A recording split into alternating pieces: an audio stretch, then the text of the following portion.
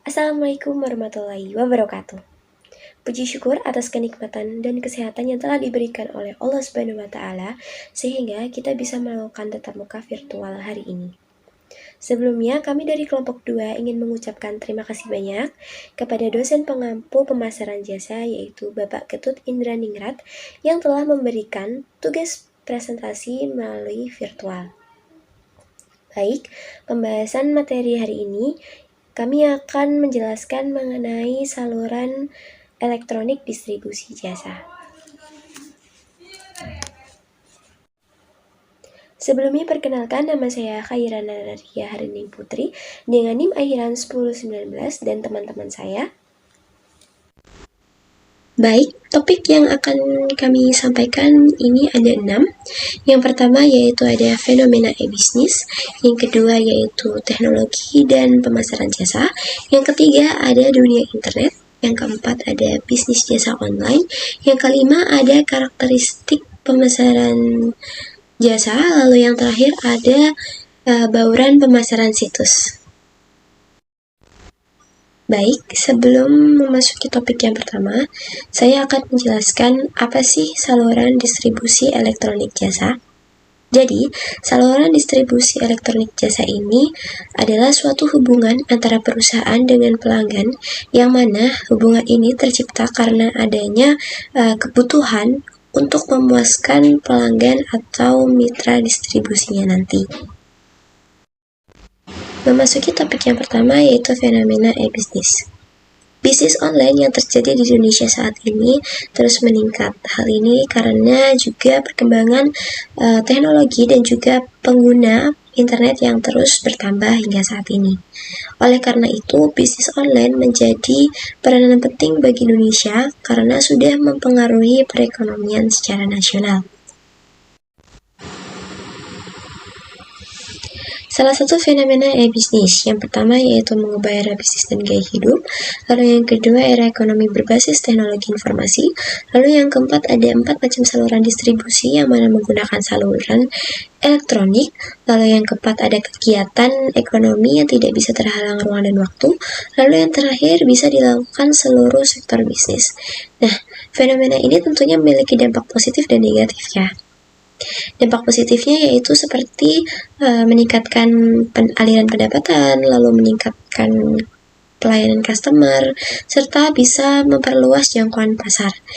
Nah, ada pula sisi negatifnya yaitu bisa terjadi pencurian informasi perusahaan, lalu juga bisa terjadi kerugian karena tidak adanya kejujuran, lalu juga bisa keamanan suatu perusahaan itu diretas kapanpun ya. Lalu yang terakhir juga bisa kehilangan kepercayaan dari konsumen. Baik, seperti yang sudah saya jelaskan di awal, terdapat 4 macam model saluran distribusi. Baik, yang pertama yaitu model transaction enhancement, di mana produsen ini memberikan informasi secara elektronik kepada konsumen. Akan tetapi, konsumen akan menerima atau produsen akan mengirimkan produk secara fisik kepada konsumen. Lalu yang kedua ada model channel comparison. Contohnya ini seperti tiket pesawat ya. Jadi perusahaan ini memberikan informasi kepada pelanggan atau pelanggan bisa menerima informasi ini secara elektronik dan bisa langsung memesan tiketnya itu ke pesawat yang diinginkan tanpa melalui agensi.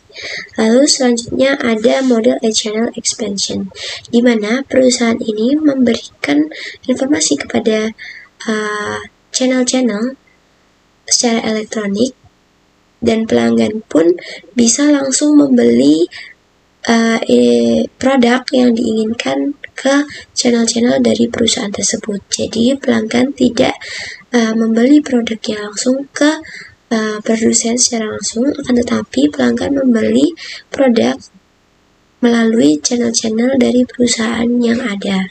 Seperti itu. Lalu selanjutnya model yang terakhir yaitu model channel innovation, yang mana perusahaan ini memberikan informasi kepada pelanggan dengan memiliki produk yang banyak jenisnya, sehingga pelanggan ini bisa langsung membeli sesuai kebutuhan atau keinginan yang diinginkan, sehingga pelanggan bisa lebih puas karena keinginannya ini terpenuhi secara menyeluruh, seperti itu.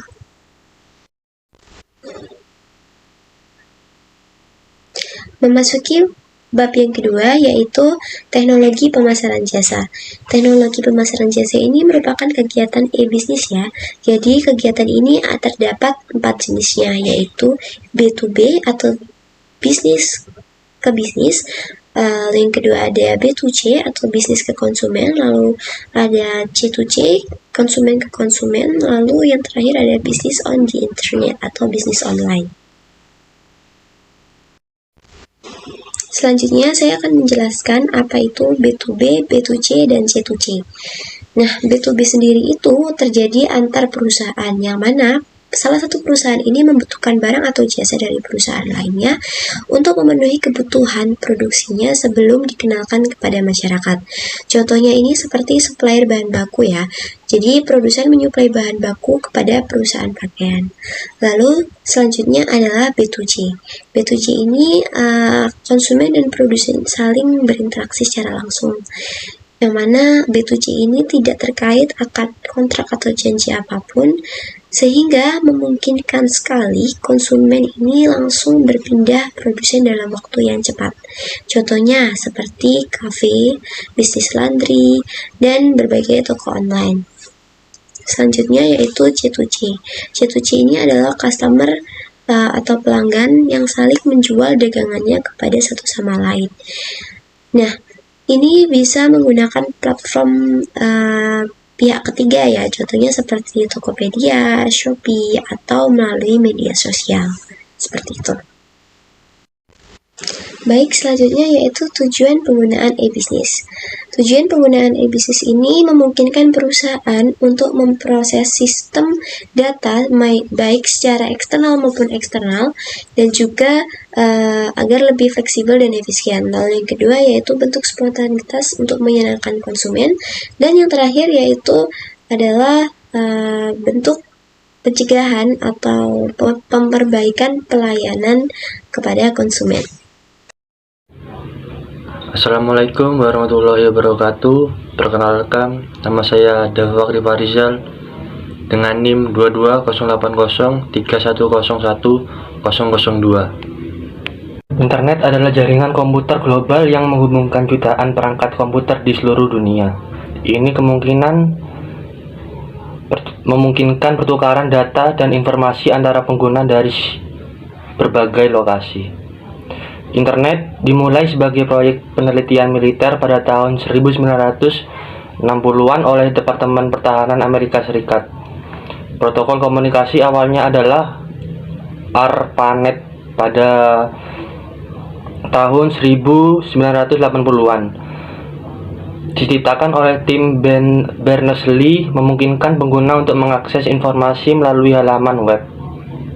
Berikut adalah beberapa poin penting tentang bisnis jasa online. Yang pertama, pasar yang luas. Bisnis jasa online memiliki akses ke pasar global, memungkinkan mereka menjangkau pelanggan di berbagai lokasi tanpa batasan geografis. Yang kedua, rendahnya biaya awal. Banyak bisnis jasa online dapat dimulai dengan biaya awal yang relatif rendah dibandingkan bisnis fisik tradisional. Yang ketiga, platform online. Bisnis jasa online umumnya beroperasi melalui platform online seperti situs web, aplikasi, atau platform pihak ketiga. Yang keempat, diversifikasi jasa. Berbagai jenis jasa dapat ditawarkan dengan cara online seperti desain grafis, penulisan konten, penerjemah, konsultasi bisnis, atau pelatihan online. Yang kelima, fleksibel waktu. Banyak bisnis jasa online memungkinkan pemiliknya untuk bekerja dari mana saja dan pada waktu yang lebih fleksibel. Yang keenam, pemasaran digital. Pemasaran online melalui media sosial, iklan online, dan strategi SEO memainkan peran dalam membangun merek dan menarik pelanggan. Yang terakhir, ulasan dan reputasi. Ulasan online memiliki pengaruh besar terhadap reputasi bisnis jasa. Ulasan positif dapat meningkatkan kepercayaan pelanggan potensial. Ingatlah bahwa dalam mengembangkan bisnis jasa online, penting untuk memiliki rencana bisnis yang matang dan memahami pasar target, atau menawarkan nilai tambah yang membedakan diri dari para pesaing. Assalamualaikum warahmatullahi wabarakatuh. Selamat siang, salam sejahtera untuk kita semua. Salam rahayu, semoga kita tetap dalam lindungan Tuhan Yang Maha Kuasa. Perkenalkan, saya Muhammad Iqbal Maulana dengan NIM 1006 akan melanjutkan materi 5 dan 6, yaitu karakteristik pemasaran jasa situs dan bauran pemasaran jasa situs. Terima kasih kepada rekan-rekan yang telah memaparkan materi 1-4. Semoga kita dapat mengambil pelajaran dari materi yang telah disampaikan oleh rekan-rekan saya. Oke, untuk menyingkat waktu, kita masuk materi yang kelima, yaitu karakteristik pemasaran jasa situs. Dibandingkan dengan produk barang, produk jasa lebih memiliki karakteristik yang sangat luas. Karakteristik ini sangat mempengaruhi kepada keberhasilan suatu usaha pemasaran jasa. Menurut para ahli ekonomi Coulter dan Armstrong, terdapat setidaknya 4 karakteristik utama dari pemasaran jasa situs. Yang pertama adalah tidak berwujud. Artinya jasa situs tidak dapat dilihat dengan jelas, dicium, diraba, didengar dan dirasakan secara langsung apabila jika kita belum benar-benar membelinya. Oleh karena wujudnya tidak nyata, produk jasa biasa seperti kenikmatan, rasa aman, dan kepuasan. Tugas perusahaan yaitu memberikan pelayanan yang sebaik-baiknya dan memberikan kualitas yang sebaik-baiknya sehingga pelanggan puas dengan jasa yang diberikan. Yang kedua, tidak terpisahkan. Karakteristik pemasaran jasa ini adalah sebuah pelayanan jasa yang tidak dapat terpisah dari penyedia jasa. Jasa layanan tersebut sangat berhubungan antara konsumen dan penikmat jasa. Dan penyedia jasa terjadi ketika jasa diproduksi dan dinikmati secara bersamaan. Artinya bila konsumen membeli jasa, maka mereka otomatis akan berhadapan langsung dengan penyedia jasa tersebut. Karakteristik yang ketiga yaitu berubah-ubah. Variasi produk jasa sangat banyak tergantung siapa yang menyediakan, kapan terjadinya, dan di mana jasa tersebut terjadi. Misalnya jasa hotel yang walaupun rata-rata memiliki standar yang sama, tapi kualitas antara hotel satu dan hotel lain pasti berbeda-beda. Perbedaan jasa tersebut seperti kualitas pelayanan yang diberikan oleh pegawai hotel yang sangat bervariasi. Kemudian yang keempat, tidak tahan lama. Tidak seperti produk barang, bisa disimpan maupun digunakan berulang-ulang kali. Jasa tidak dapat disimpan dan digunakan untuk berulang-ulang kali. Jika tidak segera dipakai, maka jasa akan lewat begitu saja. Penyedia jasa akan memberikan jasa sesuai permintaan pasar yang kadang bisa berubah-ubah. Misalnya kamar hotel yang tidak dihuni, tempat praktik dokter yang tidak ada pasiennya. Oke, kita masuk ke materi ke-6, yaitu bauran pemasaran situs. Dalam dunia marketing, awalnya konsep ini dikenal akrab dengan istilah sebagai bauran pemasaran atau 4P marketing mix. Bauran pemasaran 4P antara lain produk, harga, tempat, dan promosi. Namun seiring berjalannya waktu, konsep penting dalam dunia konsep marketing mix berkembang pemasaran atau marketing yang menjadi 7P. Diperkenalkan pertama kali oleh seorang akademis bernama Jerome McCarthy pada tahun 1960. 7P terdiri dari apa saja? 7P terdiri dari produk, harga, tempat, promosi, orang, proses, dan bukti fisik. Oke, kita akan bahas satu persatu. Yang pertama adalah produk. Konsep produk marketing mix adalah inti dari marketing mix. Produk dapat berupa barang atau jasa yang ditawarkan oleh perusahaan kepada konsumen. Dalam membentuk produk sangat penting untuk melakukan riset pasar agar sesuai dengan target konsumen yang dituju. Selanjutnya adalah harga. Harga ialah nilai tukar yang diberikan konsumen untuk memperoleh produk yang ditawarkan oleh perusahaan. Harga harus sesuai dengan nilai produk dan mampu bersaing dengan harga produk sejenis di pasaran. Penentuan harga juga harus mempertimbangkan faktor-faktor seperti biaya produksi, margin keuntungan, dan strategi pemasaran. Yang ketiga ada tempat. Tempat mengacu pada distribusi produk atau cara bagaimana produk sampai ke tangan konsumen. Hal ini meliputi strategi lokasi penjualan, kanal distribusi, kebijakan penyimpanan, dan pengiriman produk. Perusahaan harus memastikan produk yang dijangkau oleh konsumen dengan mudah dan efektif. Sama halnya jika kita membuat website. Website harus mudah untuk diakses oleh konsumen agar kita dapat memperoleh tujuan yang kita inginkan. Yang keempat adalah promosi. Promosi adalah sebuah aktivitas yang dilakukan perusahaan untuk mempromosikan produknya, seperti kegiatan mengiklankan produk, promosi, penjualan, public relation, dan pemasaran. Tujuan promosi adalah untuk menarik perhatian pembeli, meningkatkan kesadaran merek, dan mendorong pembelian. Yang kelima adalah orang itu sendiri atau people. People adalah semua orang yang terlibat dalam bisnis, termasuk di dalamnya terdapat karyawan maupun pelanggan. Perusahaan harus memastikan bahwa semua orang yang terlibat dalam bisnis seperti karyawan memiliki keterampilan dan pengetahuan yang cukup untuk memberikan pengalaman yang baik kepada konsumen. Selanjutnya adalah proses.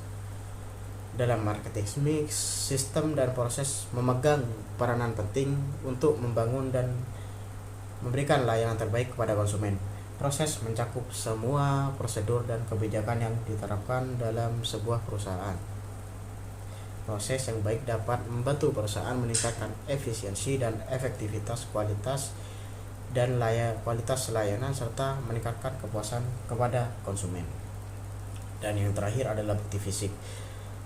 Bukti fisik mencakup semua yang dapat membantu konsumen memahami produk dan memberikan layanan yang ditawarkan. Perusahaan yang meliputi fasilitas fisik, merek, desain, kemasan, dan lainnya. Perusahaan harus memastikan bahwa semua bukti fisik yang diberikan menunjukkan kualitas dan profesionalisme yang baik. Baik, itu saja materi terakhir yang dapat saya sampaikan. Kurang lebihnya mohon maaf apabila ada kata-kata yang salah dan berkenan di hati para pendengar sekalian. Saya mewakili rekan-rekan yang bertugas mengucapkan mohon maaf sebesar-besarnya dan terima kasih telah menyimak video dari awal hingga akhir. Sekian dari saya. Wassalamualaikum warahmatullahi wabarakatuh.